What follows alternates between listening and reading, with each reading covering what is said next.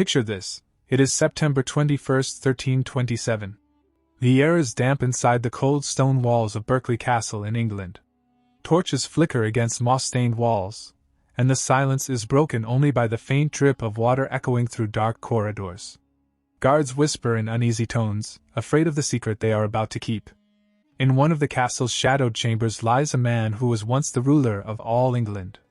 At 43 years of age, his beard has grown grey, his face hollow, his wrists scarred by months of chains. The chamber smells of sickness, unwashed flesh, and despair. This is Edward Plantagenet, Edward II, King of England until only months ago. But tonight, he is not treated as a king. He is a prisoner. A husband betrayed by his wife, a ruler abandoned by his subjects, a man despised by his enemies. In the dead of night, two men enter carrying a cruel instrument of torture, a red-hot iron rod. What follows is said to be one of the most brutal and humiliating murders in royal history, a death so symbolic and cruel that it has echoed through the centuries. A king stripped of power and dignity. But before we can understand this night, before we can know whether Edward II truly died by such a horrifying method, we must step back.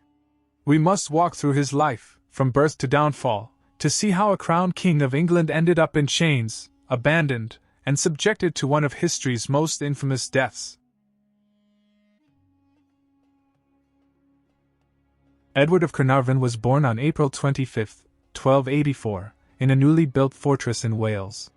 His father, King Edward I, nicknamed the Hammer of the Scots, was one of the most formidable rulers of the Middle Ages. His mother, Eleanor of Castile, was remembered for her devotion and intelligence. But Edward II was not his father's son in spirit. Edward I was a soldier king, ruthless, calculating, and obsessed with conquest. His son preferred rowing, swimming, and spending time with commoners. Chroniclers describe him working with his hands, digging ditches, repairing roofs, and even thatching cottages. To medieval nobles, this was shameful. Such work was for peasants, not for a king's heir.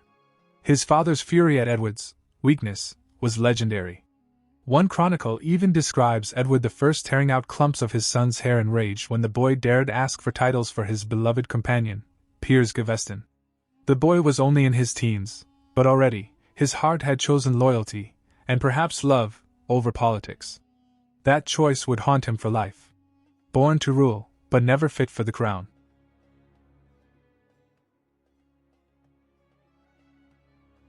When Edward I died in 1307, the 23-year-old prince inherited the throne.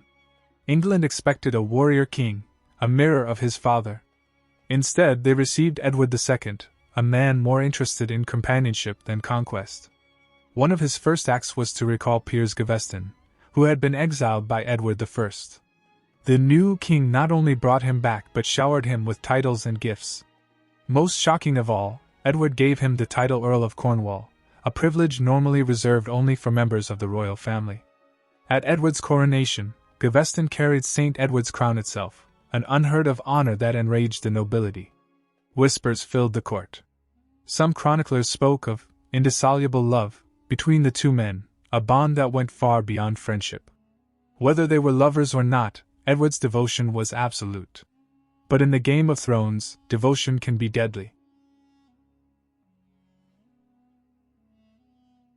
In 1308, Edward married Isabella of France, the daughter of King Philip IV, known as the Iron King. Isabella was just 12 years old, a child bride, but also a political prize meant to secure peace between France and England. Instead of honoring her, Edward humiliated her. During the wedding festivities, he ignored his young bride and lavished all attention on Gaveston. Worse still, Isabella's wedding jewels, gifts from her father, ended up in Gaveston's possession. To Isabella, this was more than an insult, it was the first seed of hatred that would grow into vengeance. To the English nobility, it was intolerable. Gaveston became a target. In 1312, a faction of barons captured him and executed him brutally on a roadside. Edward was devastated. He swore vengeance, but he could not strike back. For the first time, he tasted what it meant to be powerless, even while wearing a crown. Edward's reign faltered on every front. In 1314, he faced Robert the Bruce of Scotland at the Battle of Bannockburn. The result was humiliation. The English army was crushed, and Edward's reputation as a weak king was sealed. In the aftermath, Edward turned to new favorites, Hugh Despencer the Younger and his father. These men used their influence to seize lands, punish rivals, and enrich themselves. Nobles were executed, families dispossessed. England's ruling class turned against their king once more. And Isabella, now grown into a clever and determined queen, saw her chance. In 1325, Isabella traveled to France for diplomacy. But she refused to return while the Despensers held power. In France, she took a lover, Roger Mortimer, a powerful exiled noble who had escaped the Tower of London. Together, Isabella and Mortimer plotted invasion. In 1326, they landed in England with a small force. But Edward's enemies flocked to them. The Despensers were captured. Hugh Despencer the Younger suffered one of the most gruesome executions in history, hanged, castrated, disemboweled, and beheaded. His father was hanged as well. As for Edward, he fled, but he was betrayed. Captured and imprisoned, he was forced in January 1327 to abdicate the throne in favor of his 14-year-old son, Edward III. The once proud king was now a prisoner in his own kingdom.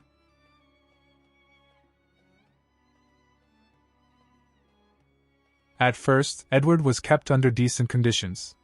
But over time, his imprisonment grew crueler.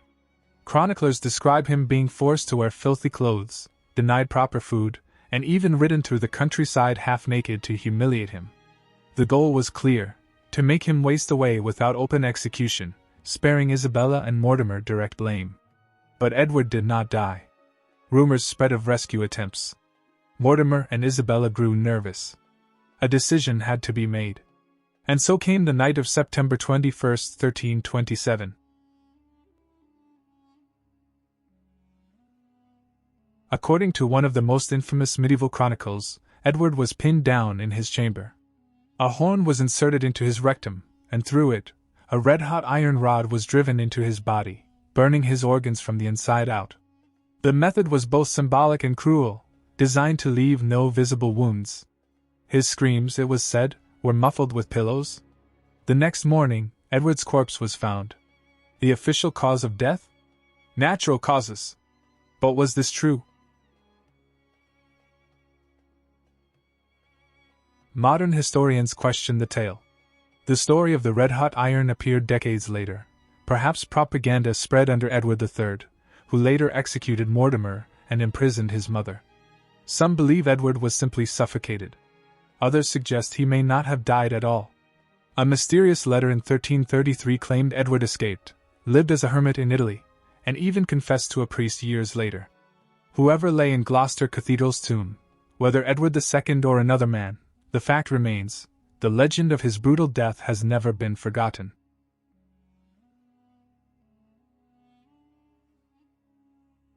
Edward II's story is not only about a king. It is about the eternal conflict between desire and duty, weakness and strength, love and politics. He was a man who dared to follow his heart, but in doing so, lost his crown. He shows us that power is never permanent, and kings can die like prisoners, humiliated, forgotten, and betrayed. Nearly 700 years later, visitors still kneel at his tomb in Gloucester Cathedral. The alabaster effigy shows a serene king, hands folded in eternal prayer, his face peaceful. Yet beneath the stone lies a legend of fire, iron, and agony. The contrast is haunting. In death, he is remembered as majestic, yet his story whispers a darker truth, that even kings can be reduced to nothing, consumed by betrayal and the cruelty of those they once trusted. Power fades. Betrayal endures.